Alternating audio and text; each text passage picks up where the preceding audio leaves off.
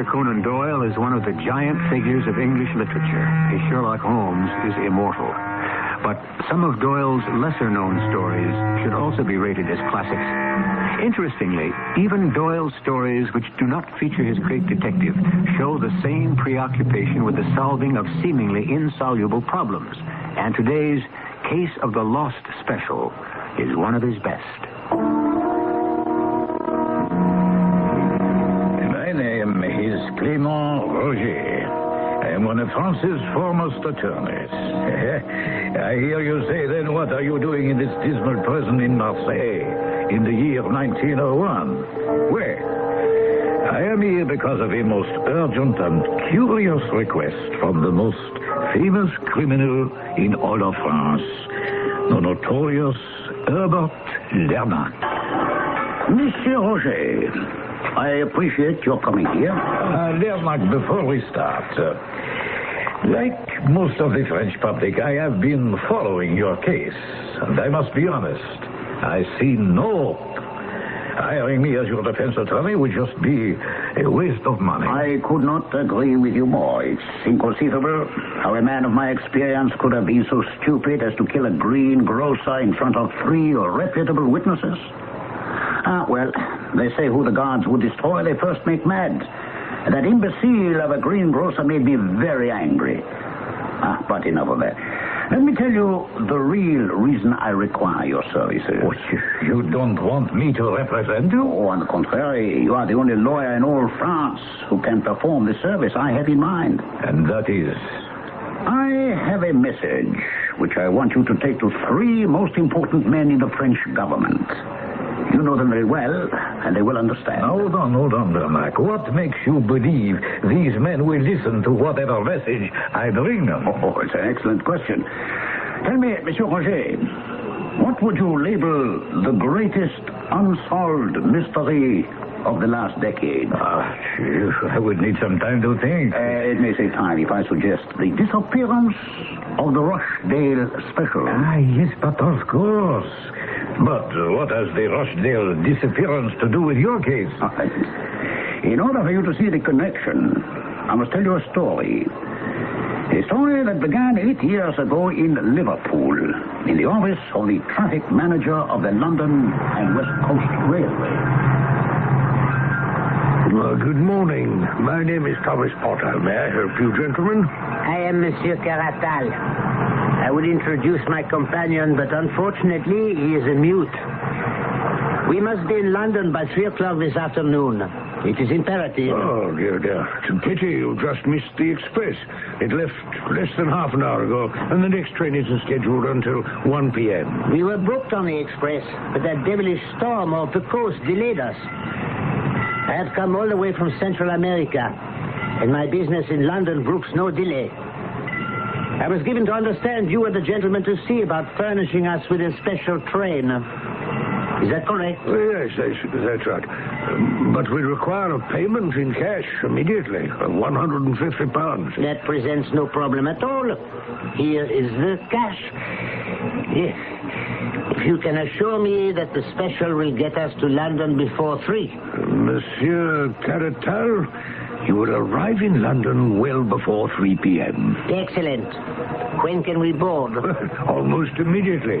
But your train won't leave for 3/4 of an hour, since we'll require that time to telegraph down the line to clear the tracks. We'll board as soon as we can. I prefer to wait in our carriage. And so, Monsieur Roger, although I was not personally present at that meeting, as my story unfolds, you will come to understand that that is substantially the way it must have gone. And now we come to what was considered by Traffic Superintendent the good Mr. Potter an amazing coincidence. An amazing coincidence, Major Moore. A most amazing coincidence. Oh, how so? This is the first time in my 20 years' experience that we've had 2 requests on the same day for special trains to London. Does that mean I shall not get my special and my poor wife will have to go to the hospital without me by her side? Oh, no. Not at all, Major. Quite the contrary. We have a gentleman from Central America who's already ordered reported a special, which should be made up by now. I see no reason why he shouldn't be willing to share his accommodations with a military man like yourself. After all, there's plenty of space. I shall go and ask him now. Absolutely not. I have had this special train, Monsieur Potter, and I intend to share it with no one. No one. It's your train, sir, yes, but I thought inasmuch as Major Moore will share the cost. Monsieur Potter, I am a man who likes my privacy. This is my train, mine alone, and I do not care to discuss this any further. Bear with me, Monsieur Roger. For your information, Major Moore was none other than myself. And therefore, I was able to ascertain that the special departed on time with the track clear. Here now, Hoskins. Here's something strange. Manchester reports that the special hasn't arrived. Hey, I wouldn't worry, sir. She's only 10 minutes late. Well, it'll be devil to pay if she's broken down. Send off messages to the stations down the line asking if they know anything. Kenyon Junction has already reported she passed there on time.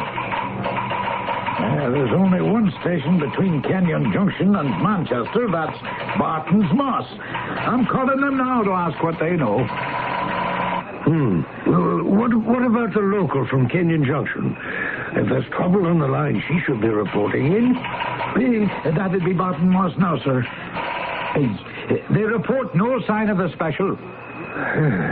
Order up an engine, 2 cars, and a work crew. And have them stand by, just in case we have a wreck on our hands. Excuse me, sir. Yes, Hoskins, what is it now? Manchester reports that the local from Kenyon Junction just arrived, and there was no sign of the special. Well, it must have gone through. Yes, sir. An engine, a tender, 2 railway cars, and 5 human beings cannot have vanished into thin air on a straight stretch of track. No, sir. Maybe that's our answer. What are they sending? Hey, bad news, I'm afraid, sir. I'll have it all in a minute. They want you about 1.5 miles out of Kenyon Junction. You're to meet with an Inspector Collins of Scotland Yard.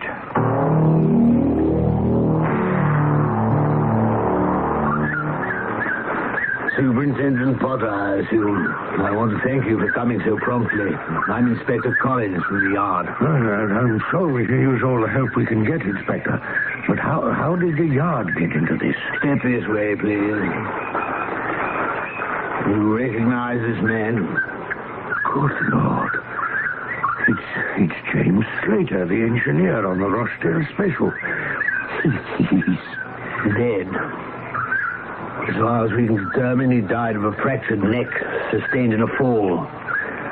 I ask you, Superintendent, is it possible for an engineer to fall out of his cab? Well, it's possible, Inspector, but highly unlikely in this case.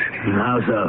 Well, the very few times we've had anything like that happen, it was because the engineer was either drunk or ill, or he was leaning too far out of his cab on a bad curve.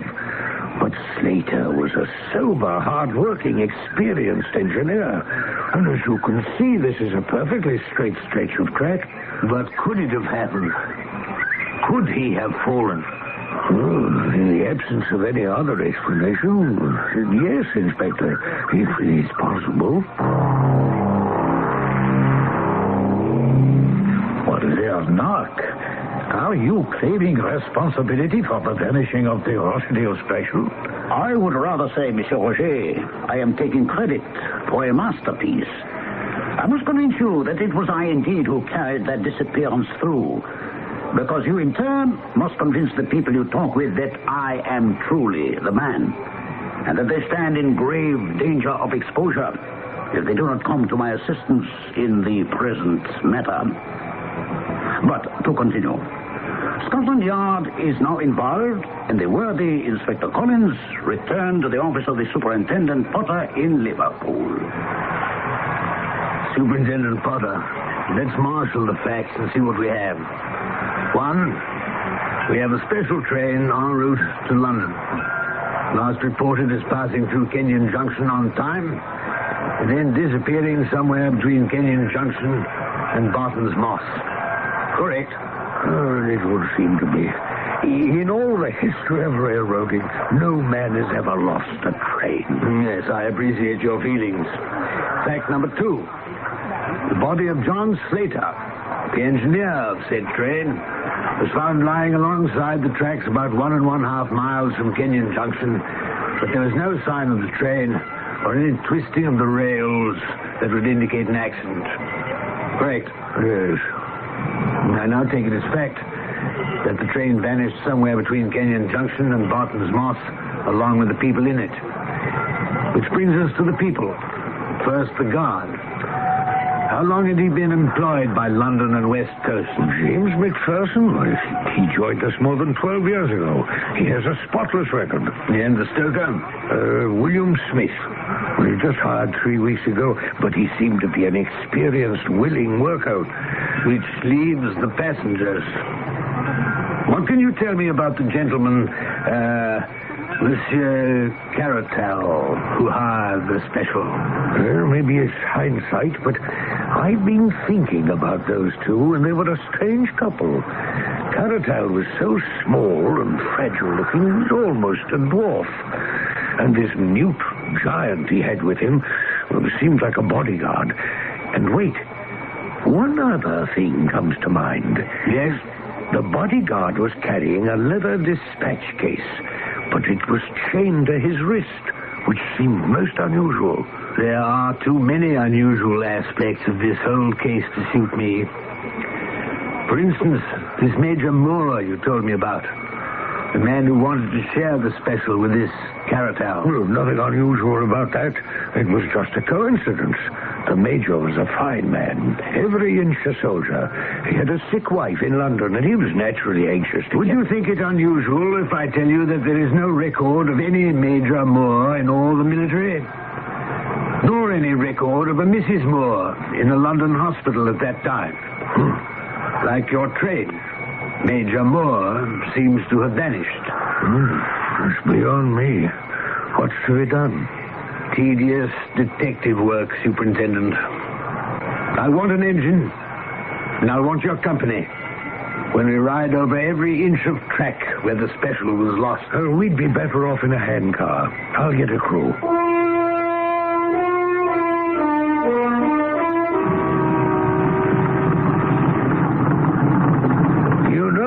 Sideline we just passed leads to the Cornstalk Ironworks. We've already checked it. The day that the special disappeared, there were 16 cars loaded with hematite blocking the entire track. I say, there's a signal flag. And the red is down at the next semaphore. Stop here, engineer. Stop here. What's this all about? Well, I'll find out in a minute. There's one of those newfangled telephone things on this semaphore.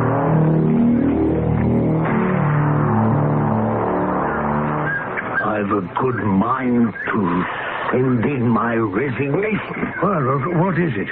What did they say to you on the telephone? It almost doesn't bear repeating. But they've got some kind of spiritualist at the yard who claims he had a vision.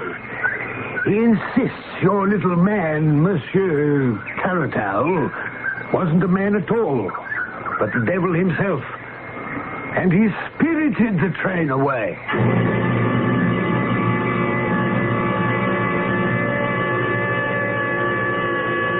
A preposterous notion, the idea about the devil, and yet it showed the desperation that reigned in Scotland Yard and how hard put they were to explain this incredible disappearance of an entire train. We'll be back shortly with the explanation, which is so ingeniously simple that it baffled the police for more than 8 years.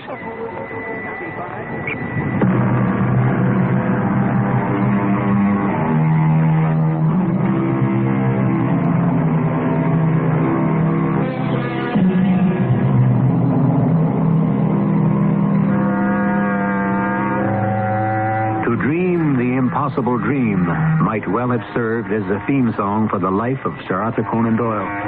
Ultimately, it led him into the spirit world in an impossible quest for answers to the riddle of life after death. We can be grateful for his absorption with this theme because he left us a treasure trove of mysteries. One of his lesser-known gems is The Lost Special, to which we now return as the arch-criminal Herbert Lernack continues spinning his incredible tale. Monsieur Roger, as France's greatest criminal lawyer, it must seem almost ridiculous to sit in the prison cell of a man indicted for a stupid, clumsy murder of a greengrocer and listen to him claim to have been the mastermind of one of the great crimes of the century. Oh, don't concern yourself with my feelings. But your feelings are crucial, monsieur. The gentleman to whom you carry my message must know that they are hearing the truth. I believe you, Lernack. And I confess I am curious. Go ahead. Very well. Let us go back then. As you recall, all England was in an uproar. Inspector Collins was besieged on all sides by criticisms and suggestions. Inspector Collins.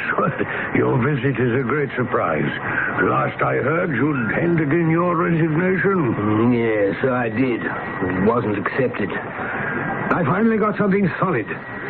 What you know about the guard in the van? I have his name down as James McPherson. McPherson? Well, he's been with us for 12 years. Record clean as a whistle. Surely you don't suspect. We'll talk about suspicions after you give me all the information you have on him. Certainly, Inspector. Let me see. Yes, here we are. He moved here from Scotland with his folks, got a job in a colliery, and then came to us as a switchman. Yeah, that's how he started. Worked his way up. Never late, rarely ill, married, and has one daughter. That information checks with this letter. But do you have anything on his friends or associates? Oh, that wouldn't be in the file, unless there was some particular reason, and in this case there obviously isn't. What about this letter? Do you know his handwriting? I have samples on applications and other things, but... Should I have a look? Yes, of course. Here you are. You mean you actually have a letter from McPherson? It looks like it. Yes, it's his handwriting. He wrote you? What's he say? It's a letter to his wife, and it reads, I've been thinking a great deal, and I find it very hard to live without you. The same goes for Bert, our darling daughter. How is she? And you? I long so much to see you, but things are very difficult with me here. Here? Where is he? America. Oh. Let me finish. I'm enclosing some money, which should come when you change it to about £50. This would be enough to get you both over here. I suggest you try the Hamburg boats, which stop at Southampton. They're very good ships and cheaper than Liverpool. So please come and stop at the Woods Hotel. I will get you there. Your ever-loving husband, James McPherson. I'd be blessed. What a strange letter.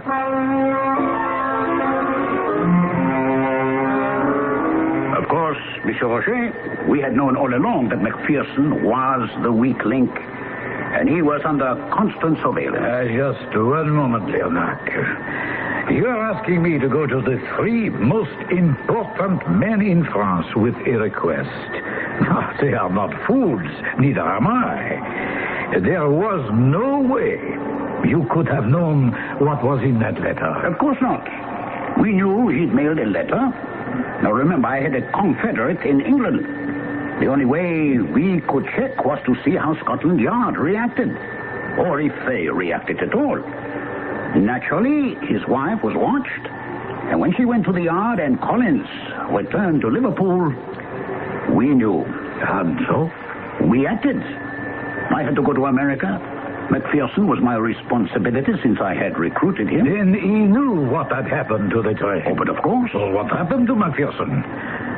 What happened to the train? No one knows. Exactly. But you should have an inkling. I have revealed everything. No, not quite everything. Let me continue and take you back to England and the hard-working Inspector Collins and Superintendent Potter.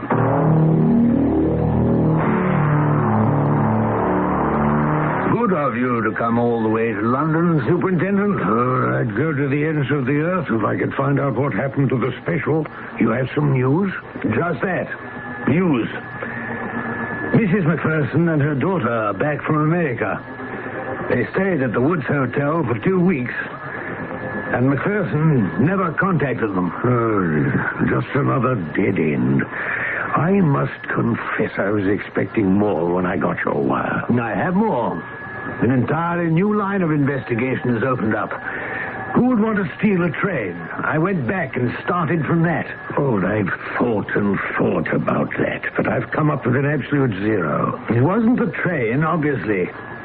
It must have been Caratal, a man who needed a bodyguard, a man who insisted on absolute privacy, and whose bodyguard was carrying a leather satchel chained to his wrist. That was strange, and I said so at the time, but so I put all the facilities of the yard to work on the background of Caratal. It turns out that he was a great traveler, been around the world several times, had friends and acquaintances all over, even in the Orient, from which he'd recently returned. I don't see where all this is leading. Caratal dealt with some rather shady figures, and his dealings weren't always above board.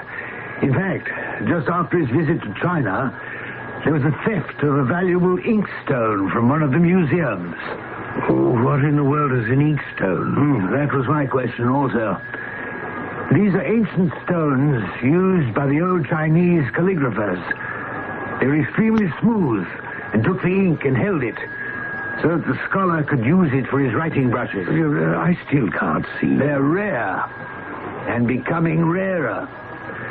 Some collectors would kill for them.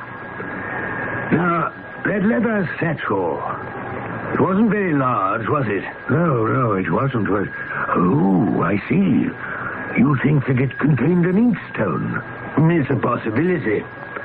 But one thing is a certainty. No one wanted the train. They wanted what was on it. And the only thing I can think of that fits is whatever was in that leather satchel of Caratal's bodyguard. Well, I cannot dispute the logic, but that still doesn't even begin to explain what happened to the train. How could it vanish off the face of the earth? Perhaps it didn't. What? How many men do you have at Barton's Moss? It's a small station. There's one man in the signal tower who also operates the telegraph, and a station agent. They were both on duty that day. Well, I like their names. Then I want you to check them out with me. Yes, of course. What are you trying to say? That maybe we've been on the wrong track all along. Led down the garden path, so to speak. Maybe the train did pass through Barton's Moss after all. Your theory is way off, Inspector. Jameson, the signal tower man, has been with the road for 21 years. He's looking forward to retirement. He's absolutely 100% honest. That checks with what I've been able to turn up. And the ticket agent also cleared all our checks. Oh, absolutely. So there goes another theory down the drain. No, not necessarily. Not if my surmise about the inkstone is correct. What difference does that make? How much do you know about the Oriental religions and philosophies? Nothing at all. Well, I've been studying up on them. Do you know that many of them preach the control of mind over senses? And also some of them claim that in certain circumstances, illusions can be created. What are you trying to say? Is there a switch-off between Barton's Moss and the next station? One that is usable? One? There are at least 3 switch-offs. Then I'll stay with my theory that the special did pass Barton's Moss, and your 2 men never saw it.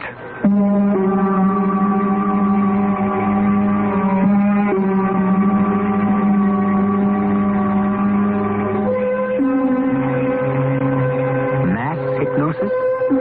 We've recently heard and seen some incredible things that people will do under hypnosis.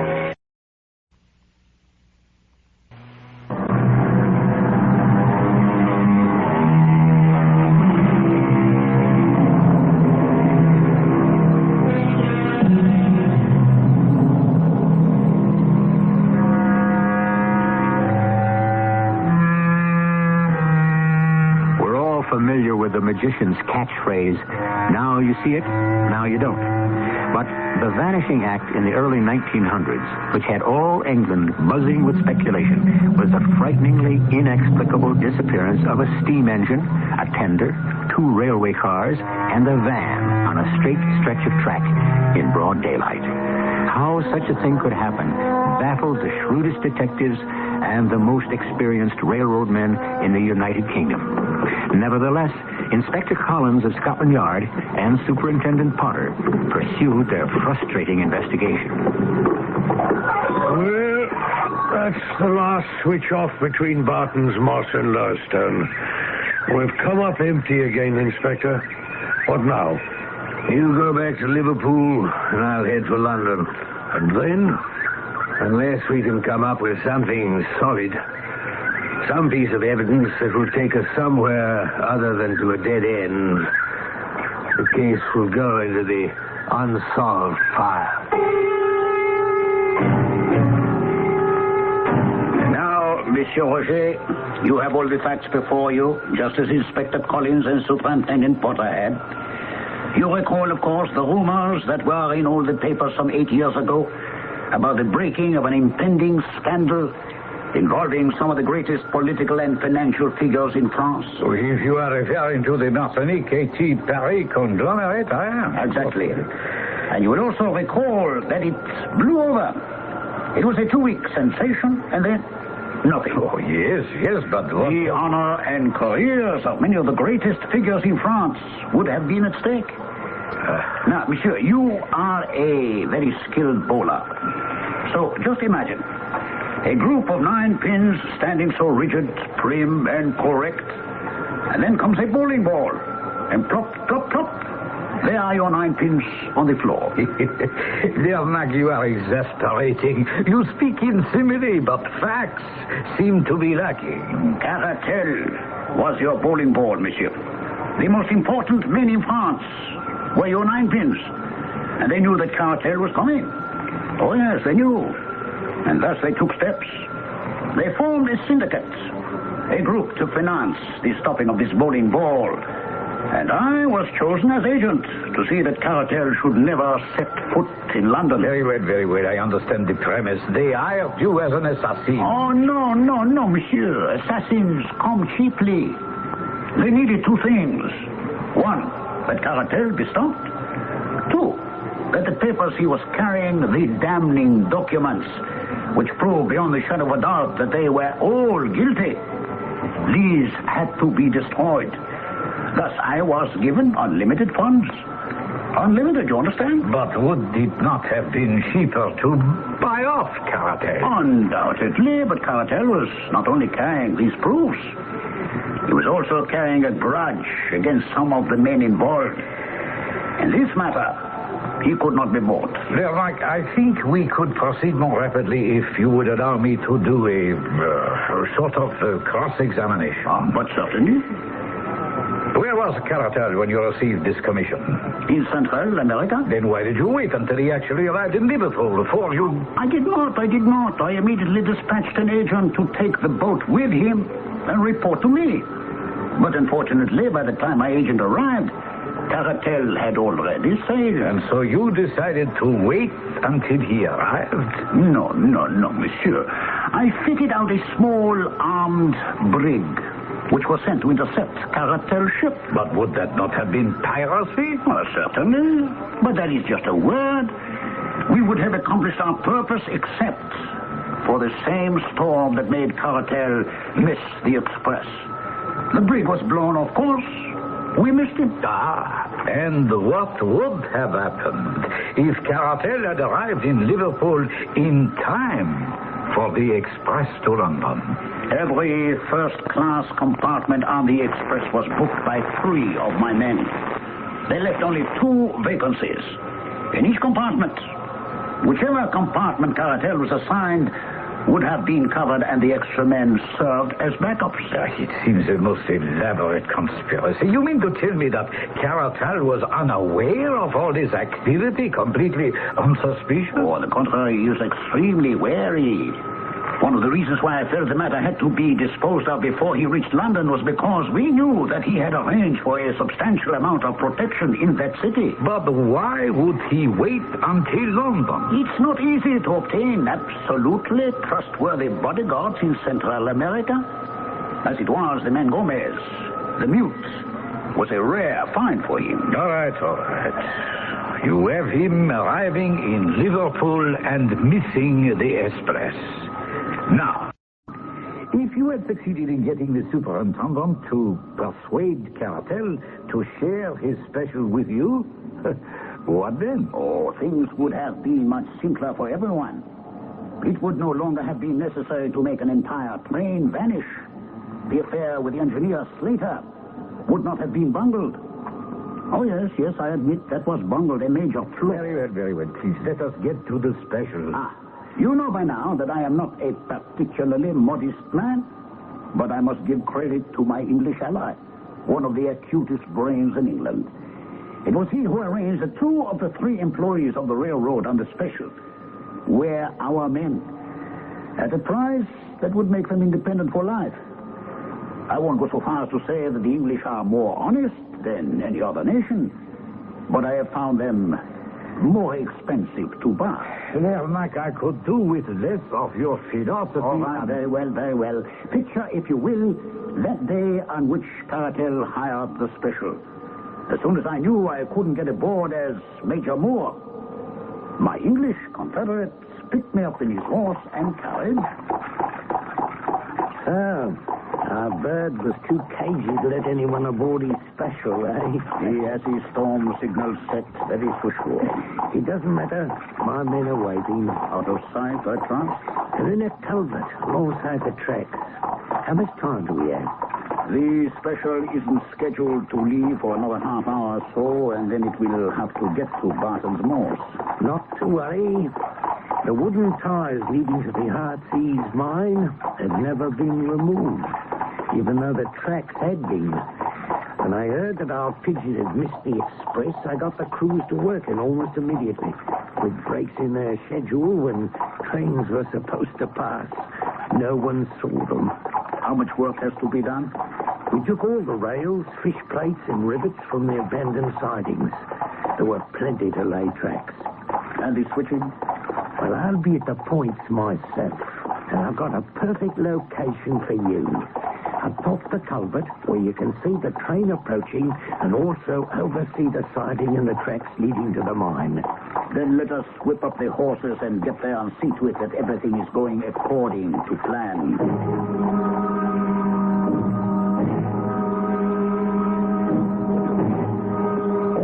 You men, step lively now. When is the next train scheduled through here? Nothing except the special. How far into the mine do you want those tracks laid? All the way to the mouth of the pit. How fast has she got to go? What were your instructions to the stoker? Well, after he's chloroformed, the engineer, is to slow the train to give him and McPherson time to jump off. And just before he jumps, he's going to give it full speed throttle. Very good. If she's going too fast, she may jump the gap and finish up on the other side. I do not think that is likely. Let's hope not, because that'd leave us with quite a mess. And so, with half an hour to spare, our preparations were completed. The track lay to the mouth of the mine pit, but I still had to plan for other eventualities. Just a moment. I don't quite understand about the mess you spoke of. If the train, or part of it, were to jump the pit. I was hired to dispose of Cartel and his documents. If there was to be any shadow of doubt about his death or the papers, then I would not have done my job. Well, very well, but... And a steam engine lying wrecked can be dangerous. There's always a chance of explosion. But there was still another factor to be considered. And so picture, if you will, a lovely day in the English countryside. My English ally and myself standing beside some miles of straight, shining track, with him at the switch which would send the special off to the siding.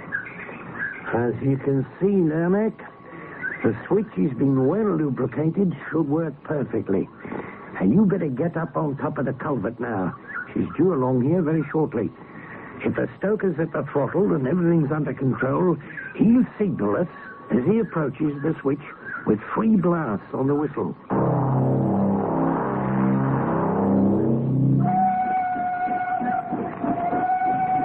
Prearranged, the engine came into view, moving slowly. My perch commanded a view of everything, the switch, the siding, and the entrance to the mine. The special drew closer and closer. I saw my English confederate throw the switch. The special rolled onto the siding so smoothly that the passengers, Caratel and his bodyguard, never realized they were no longer on the main line. I saw a man leap from the cab of the engine. At the same time, McPherson jumped from the van, and I stood riveted as the engine started to pick up speed. The wheels began to scream as they raced over the rustic track. And then I saw at the window of the first-class compartment the faces of Caratel and his henchman Gomez. They realized what was happening, and they were screaming. Although the mute could make no sound, and suddenly I saw the bodyguard jerk at his wrist, point to the leather satchel, and fling it out the window, as if to say, here are the documents. Take them but spare my lives. There's nothing I could do now. The train rushed on, ran off the track, and for a moment I feared that it indeed would jump the gap. But it hit the far edge, shuddered for a moment, and then plunged into the open shaft. With a tremendous roar, the boiler exploded.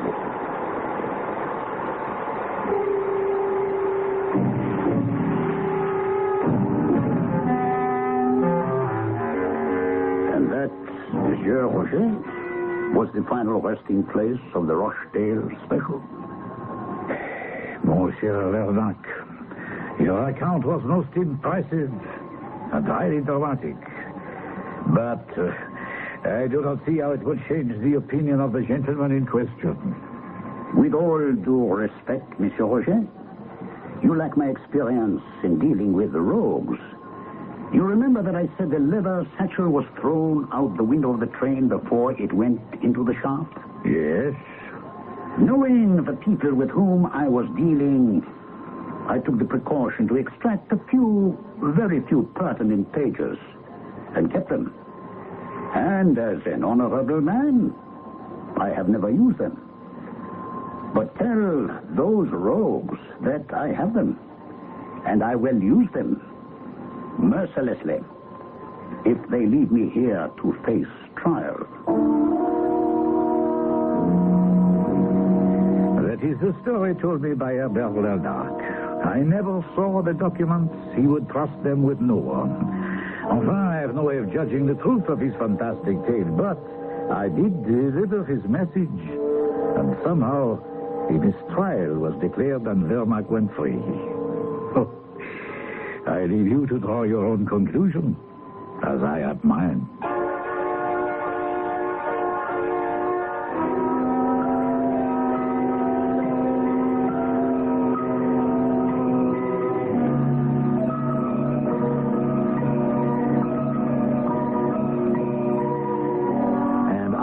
Drawn mine. Now that this little-known story of A. Conan Doyle has been aired, it may very well be that a number of sightseers will find their way along the old-time tracks of the London and West Coast Railway, looking down mine shafts for a broken and rusted steam engine and 5 railway cars. Who knows? Perhaps their search will someday be successful.